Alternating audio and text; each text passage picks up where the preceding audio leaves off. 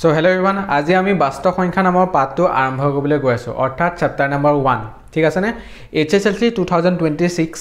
যেটো কোৰ্স আমি আৰম্ভ কৰিছিলো সেই কোৰ্সটোত ইতিমধ্যে পুনৰালোচনা নামৰ চেপ্টাৰটো কমপ্লিট হৈ গৈছে ঠিক আছে সো আজি আমি এই ভিডিওটোৰ জৰিয়তে লেকচাৰ নম্বৰ 1 টো আৰম্ভ কৰিবলৈ গৈ আছো কোনটো চেপ্টাৰৰ বাস্তৱ সংখ্যা চেপ্টাৰ নম্বৰ 1 বাস্তৱ সংখ্যা ঠিক আছে তেতিয়াহ'লে বল আৰম্ভ কৰো আজি এই ভিডিওটোত মেইন যেটো টপিক হেতু কি হয় সেইটো হৈছে ইউক্লিডৰ বিভাজন প্ৰমেয়িকা ঠিক আছে নে আমি ইউক্লিডৰ বিভাজন প্ৰমেয়িকা বিষয় শিকিম ঠিক আছে সো প্ৰথমে মই লিখি লওঁ ইউক্লিডৰ বিভাজন প্ৰমেয়িকাটো সো ইউক্লিডৰ বিভাজন প্ৰমেয়িকাৰ মতে কি হয় a = bq + r যত r ৰ ভ্যালুটো কি হয় 0 <= r less than b ঠিক আছে নে সো তোমালোকে কিতাখন উলিয়াই লোৱা আৰু চেপ্টাৰ নম্বৰ 1 টো মেলি লোৱা তাৰ পিছত ভিডিওটো চোৱা ঠিক আছে নে তেতিয়াহে তোমালোকৰ ভিডিওটো চোৱাৰ এটা মানে কি হ'ব ভিডিওটো চোৱাৰ এটা অৰ্থ থাকিব ঠিক আছে সো প্ৰথমে মই লিখি লৈছো ইউক্লিডৰ বিভাজন প্ৰমেয়িকাটো a = bq + r ঠিক আছে আৰু r ৰ ভ্যালুটো কি হয় 0 <= r less than b মানে r ভ্যালুটো 0 ৰ সৈতে সমানো হ'ব পাৰে আৰু 0 তকৈ ডাঙৰ হ'ব পাৰে r ৰ ভ্যালুটো আৰু b তকৈ সৰু হ'ব পাৰে r ৰ ভ্যালুটো b তকৈ সৰু হ'ব লাগিব আৰু 0 তকৈ সৰু বা 0 তকৈ ডাঙৰ বা সমান হ'ব লাগিব কিন্তু ইউক্লিডৰ বিভাজন প্ৰমেয়িকাত কৈছে কি কিতাপত কৈছে যে দুটা যোগাত্মক অখণ্ড সংখ্যা a আৰু b দিয়া থাকিলে এনে দুটা অদ্বিতীয় সংখ্যা q আৰু r থাকিব যাতে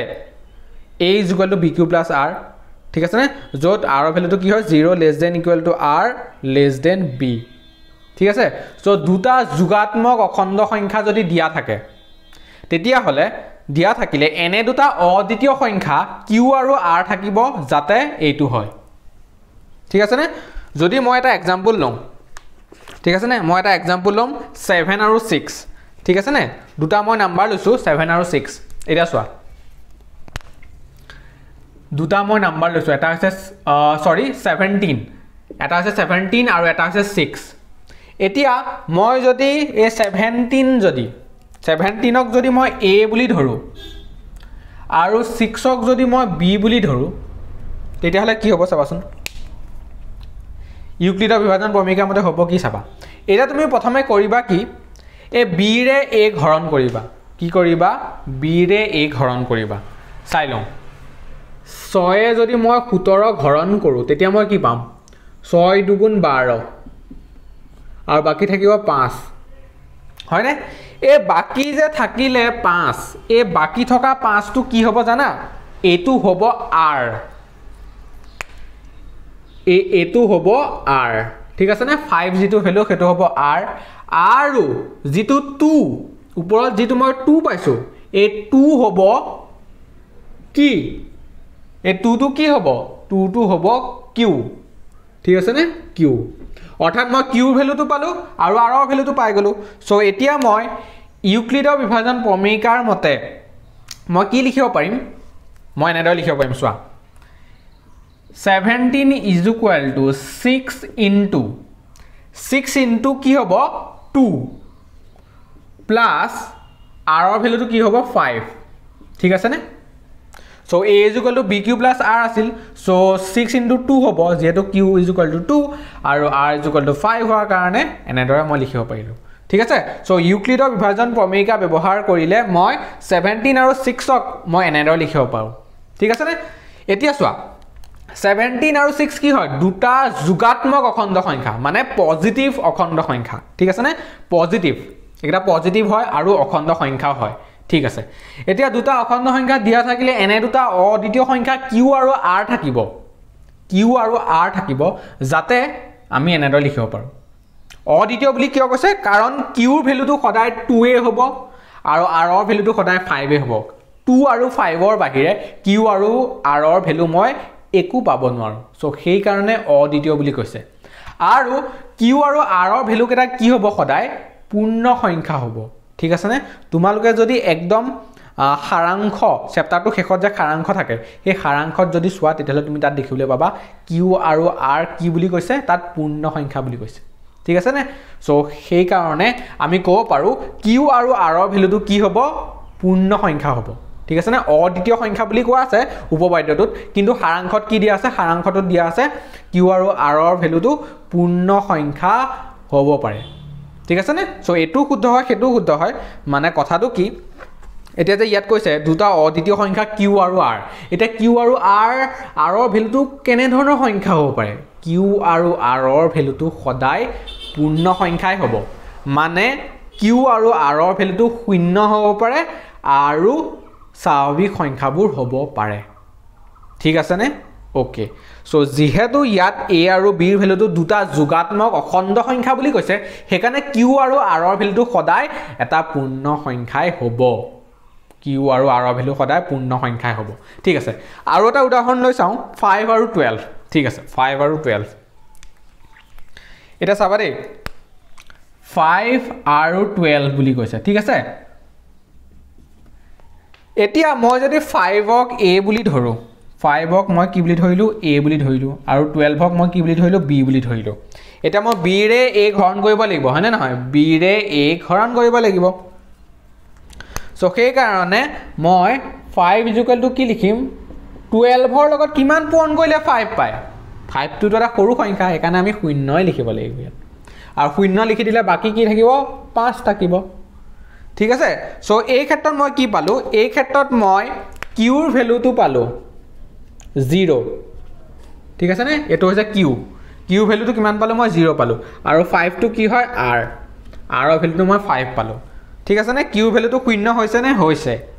আৰু r ৰ ভ্যালুটো কি হৈছে 5 হৈছে আৰু এই ক্ষেত্ৰত চোৱা কিউ ভ্যালুটো এটা পজিটিভ নাম্বাৰ পাইছিলো আৰু r ৰ ভ্যালুটো এটা পজিটিভ নাম্বাৰে পাইছিলো মানে মই এটো ক'ব বিচাৰিছো যে কিউ আৰু r ৰ ভ্যালুটো পূৰ্ণ সংখ্যা হয় মানে শূন্য হ'ব পাৰে আৰু স্বাভাৱিক সংখ্যাও হ'ব পাৰে এটা আৰু এটা উদাহৰণ লওঁ চাওঁহাচোন 20 আৰু 4 মই লৈছো ঠিক আছে নে 20 আৰু 4 এতিয়া মই a = 20 ধৰিম মই a = 20 ধৰিম আৰু b = 4 ধৰিম ঠিক আছে এতিয়া মই কি লিখিম 20 ক মই কি লিখিব পাৰো 20 = 4 * 5 + 0 মানে 4 এ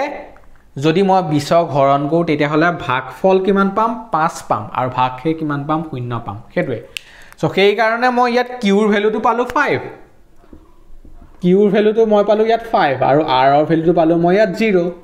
ঠিক আছে সো r ও কেতিয়াবা 0 হ'ব পাৰে আৰু কিউ কেতিয়াবা 0 হ'ব পাৰে ঠিক আছে নে সো সেইটোৱে কথা সো ইউক্লিডৰ বিভাজন প্ৰমেয়িকা এইটোৱে হয় ঠিক আছে নে ওকে এতিয়া তুমি এটা কথা মন কৰিছানে ইউক্লিডৰ বিভাজন প্ৰমেয়িকাটো আসলতে হয় এইটো হয় ভাজ্য ভাগফল ভাজক আৰু ভাগশেষৰ এটা ৰিলেশন হয়নে যেটো আমি জানো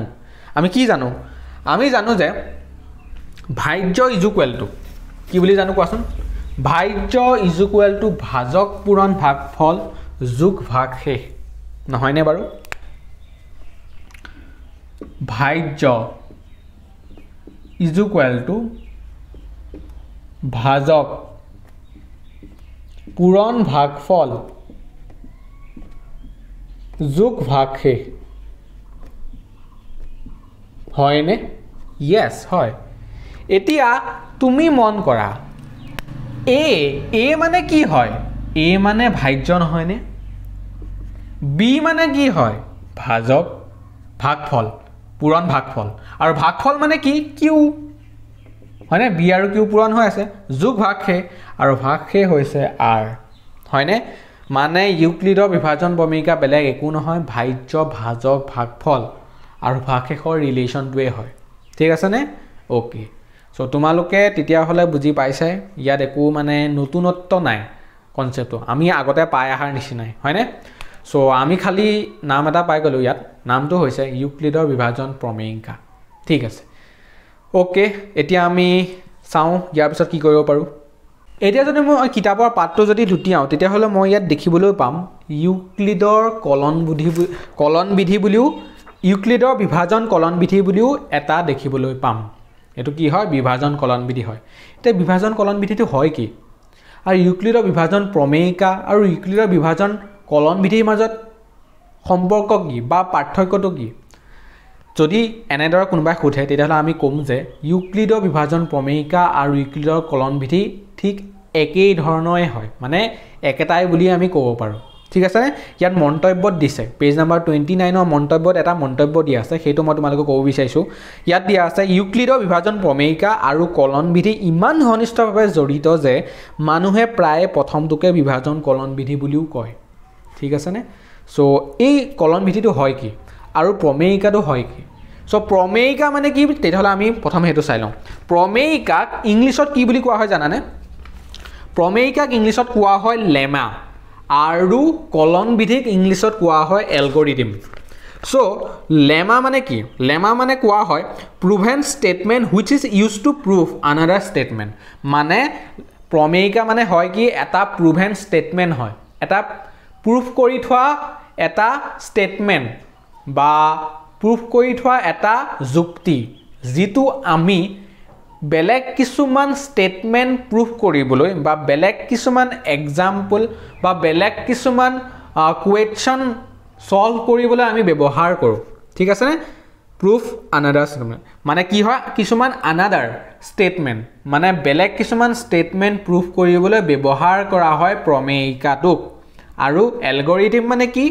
অৰ্থাৎ কলন বিধি মানে কি কলন বিধি মানে হৈছে step by step procedure used to solve a problem or perform a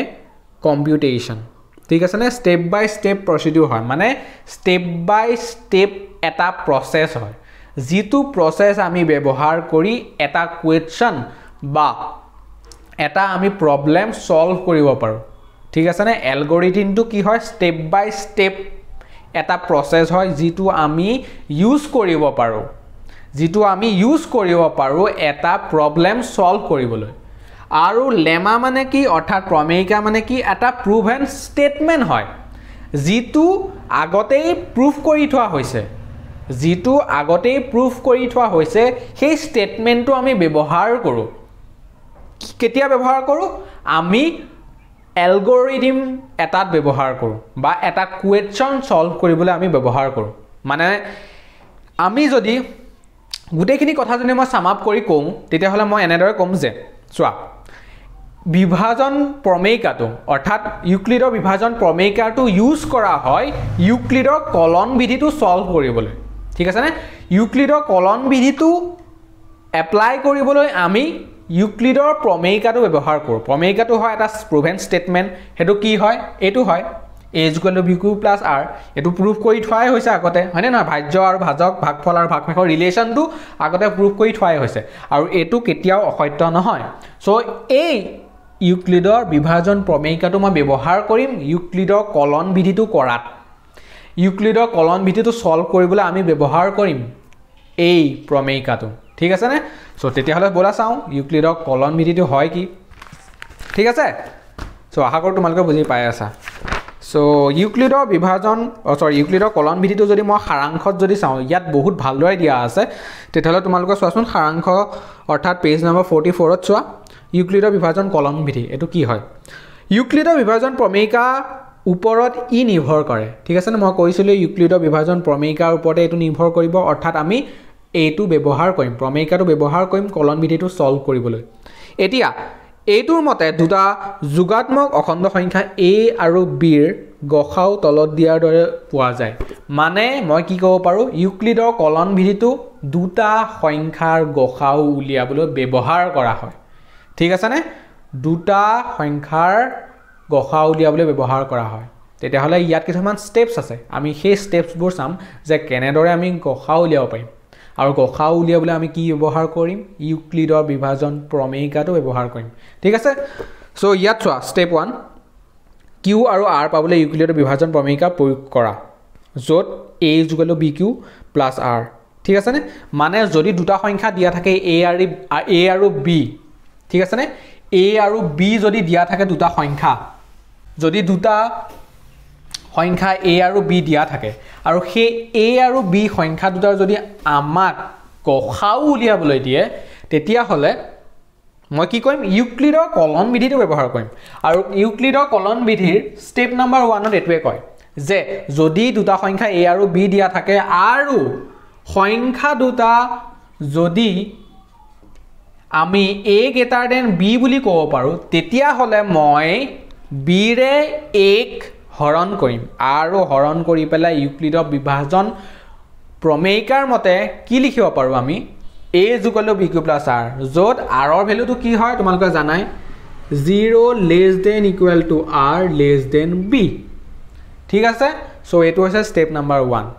step number 2 লৈ যাম আমি ঠিক আছে দুটা সংখ্যা দিয়া আছিল a আৰু b তাৰ আমি ইউক্লিডৰ বিভাজন কলন ইউক্লিডৰ বিভাজন প্ৰমেয়িকাৰ মতে মই এনেদৰে লিখিব পাৰো তাৰছত মই স্টেপ নাম্বাৰ 2 লৈ যাম স্টেপ নাম্বাৰ 2 ত কি কোৱা আছে স্টেপ নাম্বাৰ 2 ত কোৱা আছে যে যদি r = 0 হয় তেতিয়া হলে গসাউটো কি হ'ব b হ'ব ঠিক আছে নে ওকে স্টেপ নাম্বাৰ 2 ত কৈছে যে যদি তুমি এই ইউক্লিডৰ প্ৰমেয়িকাটো লিখাৰ পিছত যদি তুমি r ৰ ভ্যালুটো যদি 0 পাইছা তেতিয়া হলে তুমি গসাউটো পায়ে যাবা অৰ্থাৎ গসাউটো মই তেতিয়া হলে কি পাম গসাউ a আৰু b ৰ গসাউটো মই কি পাম b পাম ঠিক আছে নে ঠিক আছে যদি r = 0 হয় তেতিয়া হলে গসাউটো কি হ'ব b টোৱে হৈ যাব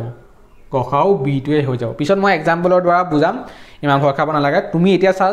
জাস্ট প্ৰসেসটো চোৱা কি প্ৰসেস আমি ব্যৱহাৰ কৰিম মানে মই r = 0 হলে মই গসাউটো পাই যাম আৰু যদি r = 0 নাপাও তেতিয়া হলে মই কি কৰিম যদি r ≠ 0 হয় তেতিয়া হলে মই ইউক্লিডৰ প্ৰমেয়িকাটো ব্যৱহাৰ কৰিয়ে থাকিম কিহৰ লগত ব্যৱহাৰ কৰিম কি সংখ্যাৰ ওপৰত ব্যৱহাৰ কৰিম মানে কোন দুটা সংখ্যাৰ ওপৰত মই ইউক্লিডৰ বিভাজন প্ৰমেয়িকাটো ব্যৱহাৰ কৰি গৈ থাকিম তেতিয়া মই কম যে b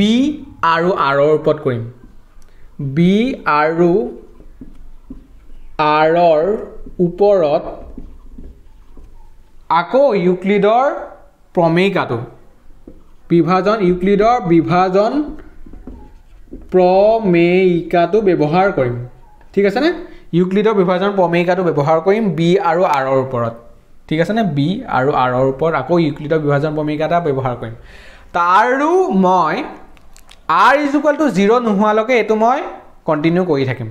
ইউক্লিডৰ বিভাজন প্ৰমেয়িকাটো মই কন্টিনিউ কৰি থাকিম ঠিক আছে নে আৰু যেতিয়া r = 0 হয় তেতিয়া হলে মই b ভ্যালুটো চাম b ভ্যালুটো কি পাইছো আৰু সেই b ৰ ভ্যালুটোৱে হ'ব গসাউ এটোৱে হৈছে ইউক্লিডৰ বিভাজন কলন বিধি ঠিক আছে বুজি পাইছা সো ইয়াত চোৱা কি কৈছে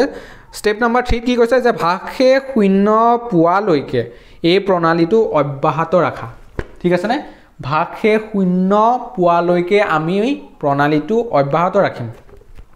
r ৰ ভ্যালুটো শূন্য হোৱালৈকে এই পৰ্যায়ত পোৱা ভাজকটোৱে হ'ব এই পৰ্যায়ত পোৱা ভাজকটোৱে হ'ব গসাউ ab মানে গসাউ ab ৰ গসাউ হ'ব ভাজকটোৱে যেতিয়া r = 0 হ'ব যেতিয়া r = 0 হ'ব মই তেতিয়া হলে ভাজকটো চাম ইয়াত ভাজকটো কি ভাজকটো যিয়ে হ'ব সেইটোৱে হ'ব গসাউ ঠিক আছে নে ওকে আৰু ইয়াত কৈছে তদুপৰি গসাউ ab = গসাউ br ঠিক আছে নে এতিয়া এই গসাউ যে আমি উলিয়াম গসাউ যে মই উলিয়াম a আৰু b ৰ যিটো গসাউ হ'ব সেই গসাউটো কিহৰ সৈতে কি হ'ব জানা গ খা উ b আৰু r ৰ সৈতেও একেই হ'ব ঠিক আছে নে b আৰু r ৰ সৈতেও গসাউটো একেই হ'ব ঠিক আছে সো সেইটো কথা কোৱা হৈছে ইয়াত ঠিক আছে নে যেতিয়া আমি স্টেপ নাম্বাৰ 3 লিখিম যে স্টেপ নাম্বাৰ 3 কি হৈছে স্টেপ নাম্বাৰ 3 হৈছে যে ভাগশে শূন্য নোহোৱালৈকে আমি ইউক্লিডৰ প্ৰমেয়িকাটো ব্যৱহাৰ কৰি গৈ থাকিম আৰু যেতিয়া ভাগশে শূন্য হ'ব তেতিয়া আমি যিটো ভাজক পাম সেই ভাজকটোৱে হ'ব গসাউ নিৰ্ণয় গসাউ সেইটোৱে হ'ব ঠিক আছে বলা এটা এক্সাম্পলৰ দ্বাৰা চাই লওঁ আমি এক্সাম্পলটোৰ দ্বাৰা আমি চাই লওঁ ঠিক আছে নে সো উদাহৰণটো হৈছে কিতাপৰ এটা উদাহৰণ সো হেতুৰ দ্বাৰা মই বুজিবলৈ যত্ন কৰিম অৰ্থাৎ আমি বুজিবলৈ যত্ন কৰিম ঠিক আছে সো তোমালোকে উলিয়াই লোৱা উদাহৰণ 1 পেজ নাম্বাৰ 28 উদাহৰণ 1 পেজ নাম্বাৰ 28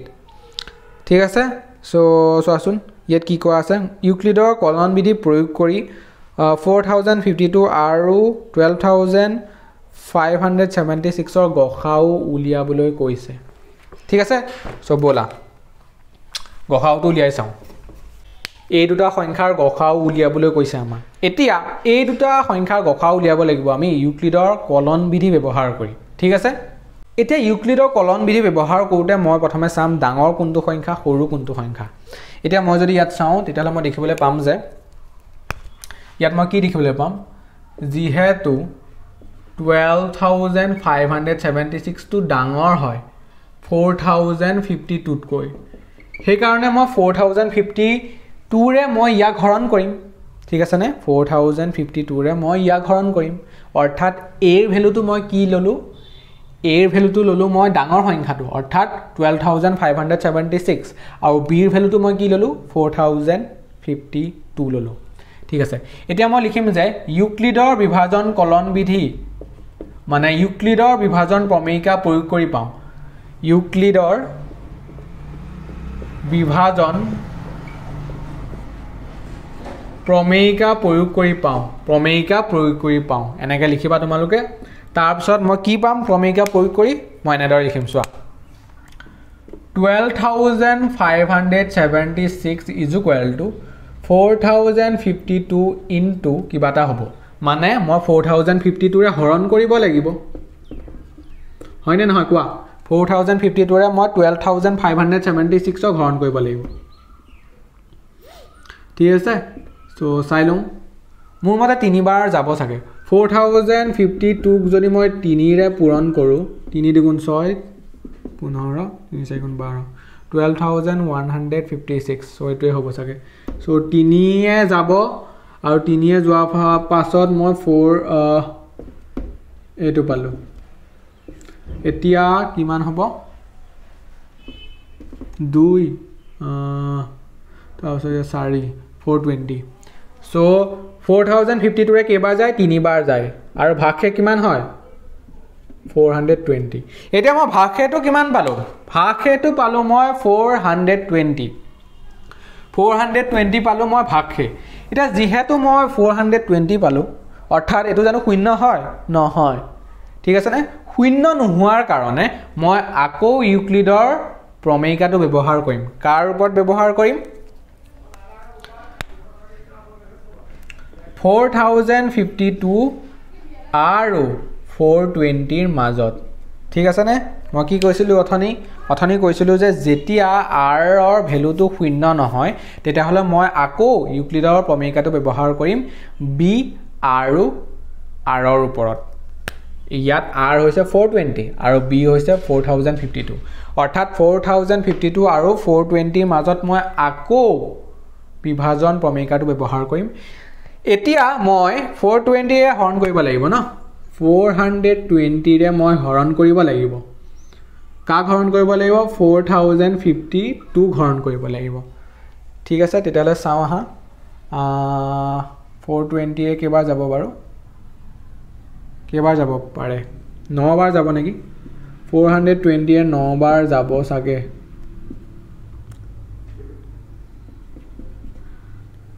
730 নে 420 লগত যদি মই 10 পূৰণ কৰো এটোৱে হ'ব ন আচ্ছা বেছি হৈ যাব না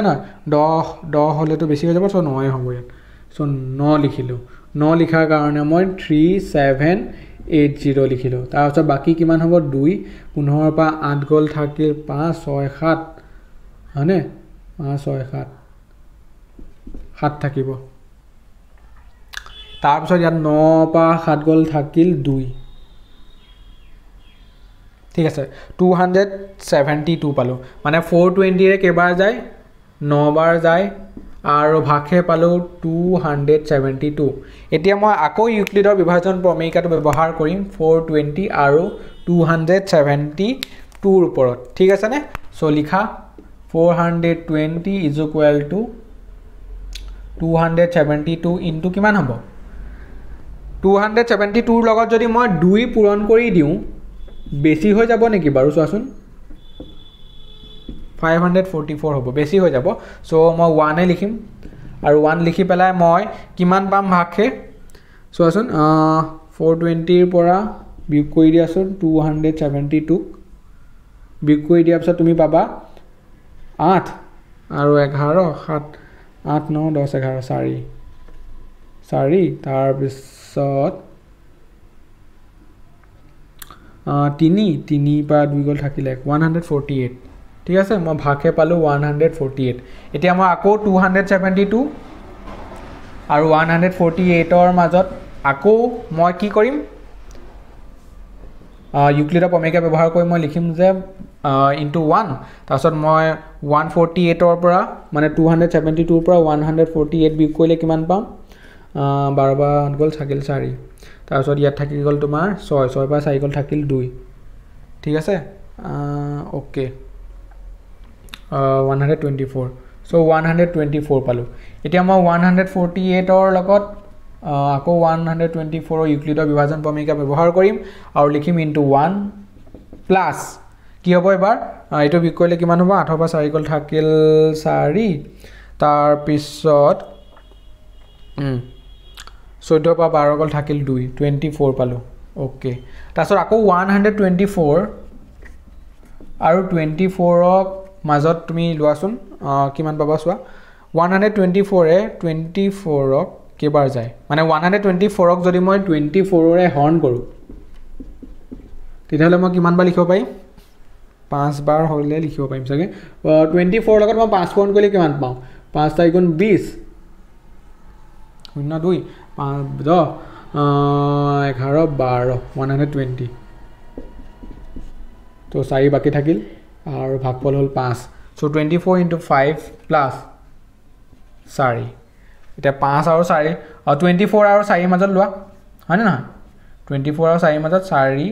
6 * 24 হয় না 4 6 * 24 হয় নে 4 6 * 24 আৰু এতিয়া মই পাই গলো ভাগহে 0 হয় নে সো স্টেপ কেটা অকমান দীঘল হয় কাৰণ সংখ্যা কেটাও ডাঙৰ হেকাৰণে স্টেপসটো আমাৰ বেছি লাগিছে মানে স্টেপস নহয় আসলতে মানে ইউক্লিডৰ প্ৰমেয়িকা টু আমি ইউক্লিডৰ বিভাজন প্ৰমেয়িকাটো আমি বেছিবাৰ ব্যৱহাৰ কৰিব লগা হৈছে কাৰণ আমি r ৰ ভ্যালুটো মই 0 পোৱাই নাছিলো যেতিয়া r ৰ ভ্যালুটো 0 পালো তেতিয়া হলে মই b ৰ ভ্যালুটো চাম ইয়াত b ৰ ভ্যালুটো কি b ৰ ভ্যালুটো 4 b ৰ ভ্যালুটো কি b ৰ ভ্যালুটো হৈছে 4 অৰ্থাৎ মই গখাও কিমান পালো 4 পালো গখাও মই 4 পালো সো মই এটাকে কি লিখি দিম যে এতেকে গ খা উ কোনটা সংখ্যাৰ গখাও 4052, 12576 ৰ গখাও কিমান পালো মই 4 পালো ঠিক আছে সো এনেদৰে কৰিলে হৈ গল ওকে সোৱা এতিয়া মই তোমাক আৰু এটা কথা ক'বলৈ বিচাৰিছো এতিয়া আমি যে এনেকে যে ইউক্লিডৰ প্ৰমেয়িকাটো ব্যৱহাৰ কৰি গৈ আছিলো ঠিক আছে নে 24 আৰু 4 ৰ মাজতো ললো 124 আৰু 24 ৰ মাজতো ইউক্লিডৰ বিভাজন প্ৰমেয়িকাটো ব্যৱহাৰ কৰিলো সো এইকেটা সংখ্যাৰ ওপৰত আমি ব্যৱহাৰ কৰি গৈ আছো এতিয়া তুমি যদি মন কৰা বা তুমি যদি পৰীক্ষা কৰি চোৱা তেতিয়াহলে তুমি কি দেখিবলৈ পাবা যে গখাও 4052 আৰু 12576 ৰ গখাওটো 4 হয় লগতে 420 আৰু 272 ৰো যদি গখাও উলিওৱা তেতিয়াহলে 4 পাবা 272 আৰু 148 ৰ গখাও 4 হ'ব 148 আৰু 124 ৰ গখাও 4 হ'ব 124 আৰু 24 ৰ গখাও 4 হ'ব 24 আৰু 4 ৰ গখাও 4 হ'ব ঠিক আছে নে সো এইটো হল কথা ঠিক আছে সো এইটোৱে হৈছে কথা আৰু ইয়াত কিতাপটো দিয়া আছে ঠিক তেনেদৰে কিতাপটো যদি তোমালোকে দেখিবলৈ পাবা যে ঠিক আছে নে যেহেতু এই পৰ্যায়ত ভাজক 4 গতিকে ইমানৰ গখাও 4 লক্ষ্য কৰা যে গখাও 24 আৰু 4 ৰ গখাও তাৰ পিছত 124 আৰু 24 ৰ গখাও 148 124 ৰ গখাও সো এই গুটেই কেটা গখাও এই গুটেই কেটা পেয়াৰৰ গখাও কি হ'ব 4 হ'ব ঠিক আছে সো ইউক্লিডৰ বিভাজন কলন বিধি অকল ডাঙৰ সংখ্যাৰ গখাও উলিয়াবৰ কাৰণেহে যে উপকাৰী এনে নহয় ঠিক আছে নে সো কিন্তু এটা কম্পিউটাৰে পালন কৰিবলগীয়া প্ৰগ্ৰেমিঙৰ কলনবিধি আদিম উদাহৰণবোৰৰ ভিতৰতো ইউ এটা ঠিক আছে নে মানে কথাটো কৈছে যে এনেকুৱা যে দুটা সংখ্যা যে দিয়া থাকিব সেই দুটা সংখ্যাৰ গসাউ যিটো পাম আমি সেই গসাউটো আমি এইকেইটা পেয়াৰৰ গসাউ আমি ক'ব পাৰো সেই গসাউটোই হ'ব এইকেইটা পেয়াৰৰ গসাউ ঠিক আছে নে যিকেইটা মই আন্ডাৰলাইন কৰিছো সো হেতু ঠিক আছে সো ইউক্লিডৰ বিভাজন কলন বিধিটো আই থিংক তোমালোকে বুজি পাই গলা ঠিক আছে না গুটেখিনি মই কৈ দিলো কি হয় কি নহয় এটা তুমি উদাহৰণ সৰি অনুশীলনী 1.1 ৰ কোৱেশ্চন কেটা সলভ কৰিব পাৰিবা কোৱেশ্চন নম্বৰ 1 ত যে দিয়া আছে ইউক্লিডৰ কলন বিধি ব্যৱহাৰ কৰি গসা উলিওৱা ইয়াত তুমি দেখিবলৈ পাবা 8টা কোৱেশ্চন দিয়া আছে সো এই 8টা কোৱেশ্চন সলভ কৰা তোমাৰ একো অসুবিধা নহয় যদি তুমি এটো বুজি পাইছা আই থিংক তোমালোকে বুজি পাইছা হয়নে সো তোমালোকে কমেন্ট সেকশনত জনাবা যে কেনে পাইছা মই বুজোৱা প্ৰসেসটো কেনেকুৱা লাগিছে তোমালোকৰ সো হেতু তোমালোকে জনাবা এতিয়া মই উদাহৰণ 2 লৈ যাওঁ উদাহৰণ 2ত কৈছে কি চোৱা একেটা মই ফটককে মই তোমালোকক বুজাই দিওঁ আৰু উদাহৰণটো একেটা তুমি পঢ়িলে বুজি পাবাই তথাপিও মই তোমাক কৈ দিওঁ যে উদাহৰণটোত কৈছে যে দেখুৱা যে প্ৰত্যেক যোগাত্মক যুগ্ম অখণ্ড সংখ্যা 2q আৰ্হি আৰু প্ৰত্যেক যোগাত্মক অযুগ্ম সংখ্যাই 2q + 1 আৰ্হিৰ য'ত q কোনোবা অখণ্ড সংখ্যা ঠিক আছে নে সো উদাহৰণটো পঢ়া আৰু ইয়াত তোমাক প্ৰমাণ কৰিবলৈ দিছে হয়নে সো বলা মই তোমাক বুজাই দিওঁ যে এইটো হৈ আছে কি কিতাপত উদাহৰণ 2টো দিয়াই আছে কি কৰিব লাগিব কি নাই কৰিব লাগিব মানে কি নকৰিব লাগিব সব দিয়া আছে উদাহৰণটোৰ সলিউশন দিয়া আছে উদাহৰণ 3 সলিউশনও দিয়া আছে তোমালোকে দেখিবলৈ পাইছাই তাত 4q + 1 4q কিবা কিবি দিয়া আছে তাত ঠিক আছে সো তোমালোকে তাত পঢ়া আৰু যদি বুজি পোৱা নাই তেতিয়াহ'লে তো মইতো আছোই এতিয়া মই তোমাক বুজাই দিম উদাহৰণ 2টোত কি কৈছে যে যুগ্ম সংখ্যা এটা 2q আৰ্হিত দেখুৱাব লাগে প্ৰুফ কৰিব লাগে আৰু যুগ্ম সংখ্যা এটা 2q + 1 আৰ্হি বুলি দেখুৱাব লাগে এতিয়া মই এনেদৰে লিখিলম যে ধৰু a = যিকোনো এটা যোগাত্মক অখণ্ড সংখ্যা এনেদৰে লিখি লবা যিকোনো এটা যোগাত্মক যিকোনো এটা যোগাত্মক ঠিক আছে নে যোগাত্মক যিকোনো এটা যোগাত্মক অখণ্ড সংখ্যা ঠিক আছে তো তেনেকে ধৰি লবা কিয় ধৰিলো এনেকে কাৰণ কিতাপত দিয়া আছে যে প্ৰত্যেক যোগাত্মক যুগ্ম অখণ্ড সংখ্যা 2q আৰ্হি বুলি দেখুৱাব লাগে তাৰছত অযুগ্মটো 2q + 1 আৰ্হি বুলি দেখাব লাগে প্ৰথমে মই ধৰি ললো যিকোনো এটা যোগাত্মক অখণ্ড সংখ্যা a বুলি ধৰি ললো মই ঠিক আছে নে যোগাত্মক অখণ্ড সংখ্যা মই a বুলি ধৰি ললো আৰু b = মই 2 বুলি ধৰিলো তাৰ পিছত মই এটা ইউক্লিডৰ প্ৰমেয়িকাটো ব্যৱহাৰ কৰিম এনেদৰে লিখিবা যে এতিয়া ইউক্লিডৰ বিভাজন প্ৰমেয়িকাটো ব্যৱহাৰ কৰি পাওঁ কি পাম যে a = 2q + r পাম য'ত r ৰ ভ্যালুটো কি হয় r ৰ ভ্যালুটো হ'ব এনে ধৰণৰ শূন্যতকৈ ডাঙৰ হ'ব বা সমান হ'ব আৰু 2তকৈ সৰু হ'ব ঠিক আছে নে r ৰ ভ্যালুটো এটো হ'ব এতিয়া q ভ্যালুটো কি হয় তাত দিয়া আছে প্ৰশ্ন দিয়া আছে যে q কি হয় কোনোবা এটা অখণ্ড সংখ্যা লিখি লবা যে q এটা কোনোবা এটা অখণ্ড সংখ্যা বুলি লিখি লবা এতিয়া সোৱা যদি মানে r ৰ ভ্যালুটো যে মই এনেদৰে লিখিলো মানে এটাকে r কি হ'ব পাৰে r ৰ ভ্যালুটো 0 হ'ব পাৰে 1 হ'ব পাৰে হয় না ইয়াতে কিবা হ'ব পাৰে জানো আৰু নোৱাৰে 0 আৰু 1 ৰ বাহিৰে বেলেগ হ'ব নোৱাৰে কাৰণ r আৰু q ভ্যালুটো সদায় কি হয় এটা পূৰ্ণ সংখ্যাহে হ'ব পাৰে ঠিক আছে না মই কৈছোৱে সো সেই কাৰণে r ৰ ভ্যালুটো 0 আৰু 1 ৰ বাহিৰে বেলেগ হ'ব নোৱাৰে যদি r = 0 হয় যদি r = 0 হয় তেন্তে কি হ'ব a = 2q হ'ব আৰু r = যদি 1 হয় তেতিয়া হলে a ৰ ভ্যালুটো কি হ'ব 2q + 1 হ'ব 2q + 1 হ'ব ঠিক আছে নে সো হৈ গল a = 2q আৰু a = 2q + 1 এতিয়া লিখিবা যেহেতু a = 2q সংখ্যাটো এনেকৈ লিখিবা যেহেতু a = 2q 2 ৰে বিভাজ্য হয় সেই কাৰণে ই হ'ব এটা যুগ্ম সংখ্যা তাৰপিছত লিখিবা যেহেতু a = 2q + 1 2 ৰে বিভাজ্য নহয় সেই কাৰণে ই হ'ব এটা অযুগ্ম সংখ্যা এটো যুগ্ম সংখ্যা হ'ব আৰু এটো অযুগ্ম সংখ্যা হ'ব হৈ গল প্ৰমাণিত হৈ গল সো এইটোৱে হৈছে কথা ঠিক আছে সো লিখাখিনি ধুনিয়াকৈ লিখি দিবা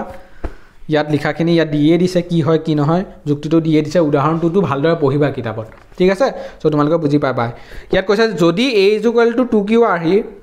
তেন্তে a এটা যুগ্ম অখণ্ড সংখ্যা হ'ব আকৌ এটা যোগাত্মক অখণ্ড সংখ্যা হয় যুগ্ম নাইবা অযুগ্ম গতিকে যিকোনো যোগাত্মক অযুগ্ম অখণ্ড সংখ্যাই 2q + 1 আহি হ'ব ঠিক আছে নে সো 2q + 1 আহিটো অযুগ্ম হৈ যাব কাৰণ ই যুগ্ম আছিল ঠিক আছে সো হেতুৱে কথা এতিয়া মই কোৱেশ্চন নাম্বাৰ উদাহৰণ নাম্বাৰ 3 লে যাওঁ উদাহৰণ নাম্বাৰ 3 কি কৈছে দেখুৱা যে যিকোনো যোগাত্মক অযুগ্ম অখণ্ড সংখ্যাই 4q + 1 আৰ্হিৰ আৰু 4q + 3 আৰ্হিৰ বুলি দেখুৱাব লাগে এতিয়া মই এই সংখ্যাটো কি বুলি ধৰিম যোগাত্মক অযুগ্ম সংখ্যা বুলি লিখিম যিকোনো এটা যোগাত্মক অযুগ্ম অখণ্ড সংখ্যা বুলি ধৰিম অযুগ্ম অখণ্ড সংখ্যা এটো কি উদাহৰণ নাম্বাৰ 3 ঠিক আছে মই a = যিকোনো এটা যোগাত্মক অযুগ্ম অখণ্ড সংখ্যা বুলি ধৰিম তাৰ পিছত b ভ্যালুটো মই কি ধৰিম জানা b ভ্যালুটো মই ধৰিম 4 আৰু যেতিয়া মই b = 4 লিখিলো তেতিয়া হলে মই এনেদৰে লিখিম তাৰ পিছত ইউক্লিডৰ বিভাজন বৰ্মিকা ব্যৱহাৰ কৰি পাও a = 4q + r a = 4q + r আৰু হেতু হোৱাৰ কাৰণে r ৰ ভ্যালুটো কি হ'ব 0 <= r <= 4 আৰু q টো কি হ'ব এটা কোনোবা এটা অখণ্ড সংখ্যা বুলি লিখি দিবা q যুগলটো ঠিক আছে সো কিতাপত এই প্ৰশ্নটো দিয়া আছে আৰু q ভ্যালুটো এনে কি হয় আমিতো জানোৱে পূৰ্ণ সংখ্যা হয় হয় না পূৰ্ণ সংখ্যা হয় বাৰু যি কি নহওক এতিয়া r ৰ ভ্যালুটো মই কি পালো এতিয়া এই ক্ষেত্ৰত r ৰ ভ্যালুটো কি হ'ব 0 হ'ব 1 হ'ব 2 হ'ব আৰু 3 হ'ব হয় নে নহয় কোৱা শূন্যতকৈ ডাঙৰ হ'ব এটা শূন্যতকৈ ডাঙৰ বা সমান হ'ব আৰু 4তকৈ সৰু হ'ব সেইকাৰণে 4টো নহল আৰু সেইকাৰণে একেটাই হৈছে এতিয়া যেতিয়া 4 r = 0 হয় তেতিয়া হলে এনসাৰটো কি হয় 4q হয় আৰু যেতিয়া r = 1 হয় তেতিয়া হলে এনসাৰটো কি হয় 4q + 1 হয় যেতিয়া r = 2 হ'ব তেতিয়া হলে হ'ব a = 4q + 2 r = 3 হলে a = 4q + 3 হয় না ইজি একদম এনেদৰে লিখি দিলো এতিয়া তাৰ পিছৰখিনি মই কি লিখিম তাৰ পিছৰখিনি মই এনেদৰে লিখিম যিহেতু a এটা অযুগ্ম অখণ্ড সংখ্যা হয়নে মই এনেদৰে লিখিম লিখাখিনি ভালদৰে শুনি লোৱা যিহেতু a এটা অযুগ্ম অখণ্ড সংখ্যা কিয় বুলি কৈছো কিয় যিহেতু বুলি কৈছো কাৰণ মই ধৰিয়ে লৈছিলো যিকোনো এটা যোগাত্মক অযুগ্ম অখণ্ড সংখ্যা বুলি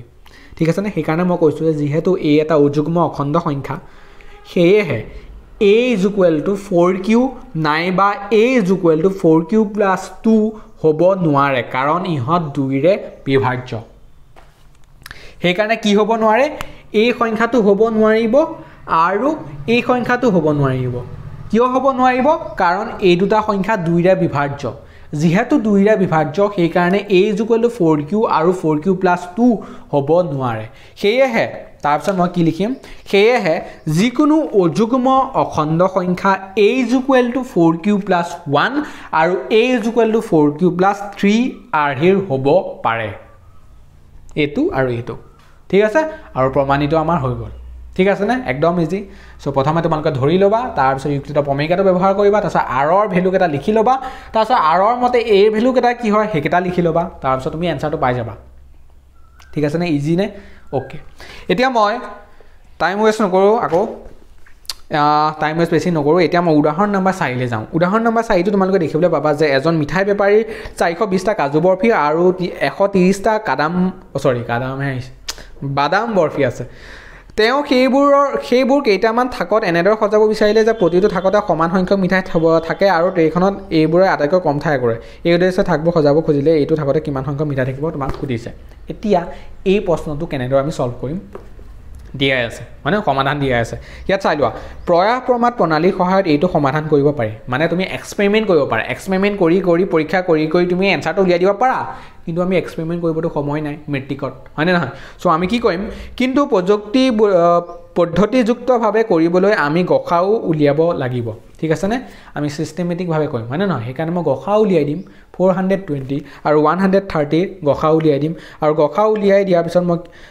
তাৰ পিছত চোৱা কি কৈছে ইয়াত তেতিয়া এই সংখ্যাটোৱে প্ৰতিটো থাকতে সৰ্বোচ্চ সংখ্যক বৰফি দিব আৰু থাকৰ সংখ্যাও নিম্নতম হ'ব মানে থাকৰ সংখ্যা নিম্নতম হ'বলৈ আৰু সৰ্বোচ্চ সংখ্যক বৰ্ফি পাবলৈ আমি গসাউ উলিয়াব লাগিব ঠিক আছে নে গসাউ উলিয়াব লাগিব তাৰপিছত এতিয়া সংখ্যা দুটাৰ গসাউ নিৰ্ণয় কৰিবলৈ আমি ইউক্লিডৰ কলন বিধি ব্যৱহাৰ কৰোঁ ইউক্লিডৰ কলন বিধি ব্যৱহাৰ কৰিলে 420 আৰু 130 মাজত কিতাপত দেখিবলৈ পাইছে আৰু যেতিয়া ভাগশেষ শূন্য হ'ল তেতিয়া ভাজকটো কি আছিল 10 আছিল সেই কাৰণে এটাকে 420 আৰু 130 গসাউ হ'ব 10 সো সেইকাৰণে লিখি দিলে গতিকে মিঠাই বিক্ৰেতাজনে দুই ধৰণৰ বৰফিকে 10টাকৈ প্ৰতিটো থাকতে সজাব ঠিক আছে নে গসাউ উলিয়াই দিলে গসাউ উলিয়াই দিয়াৰ পিছত পাই গ'ল এনসাৰটো ঠিক আছে নে যে মিঠাই বেপাৰীয়ে দুই ধৰণৰ বৰফিকে 10টাকৈ প্ৰতিটো থাকতে সজাব ঠিক আছে সো প্ৰতিটো থাকতে মানে সৰ্বোচ্চ সংখ্যক বৰফি পাবলৈ আৰু থাকৰ সংখ্যা নিম্নতম হ'বলৈ আমি গসাউৱে উলিয়াব লাগিব গসাউটো কি উলিয়ালো কাৰণ গৰিষ্ঠ সাধাৰণ উৎপাদক গৰিষ্ঠ মানে কি হয় ডাঙৰ হয় সাধাৰণ উৎপাদক ঠিক আছে আটাইতকৈ ডাঙৰ উৎপাদকটোৱে হ'ব ইয়াৰ এনসাৰটো আটাইতকৈ ডাঙৰ উৎপাদকটো উলিয়াবৰ বাবে আমি গসাউ উলিয়াব লাগিব সেই কাৰণে এনসাৰটো কৰিবলৈ আমি গসাউৱে উলিয়াইছো ঠিক আছে সো লেকচাৰ নাম্বাৰ 1 আমাৰ এইখিনিতে সমাপ্ত হ'ল বহুতখিনি কথা আমি ডিসকাস কৰিলো ইউক্লিডৰ বিভাজ্য প্ৰমেয়িকা কলন বিধি আৰু উদাহৰণ কেইটামান ডিসকাস কৰিলো ঠিক আছে সো ইয়াৰ পিছত মই লগ পাম অনুশীলনী 1.1 ৰ সলিউশনৰ সৈতে সো ঠিক আছে আজিলৈ ইমানে বাই বাই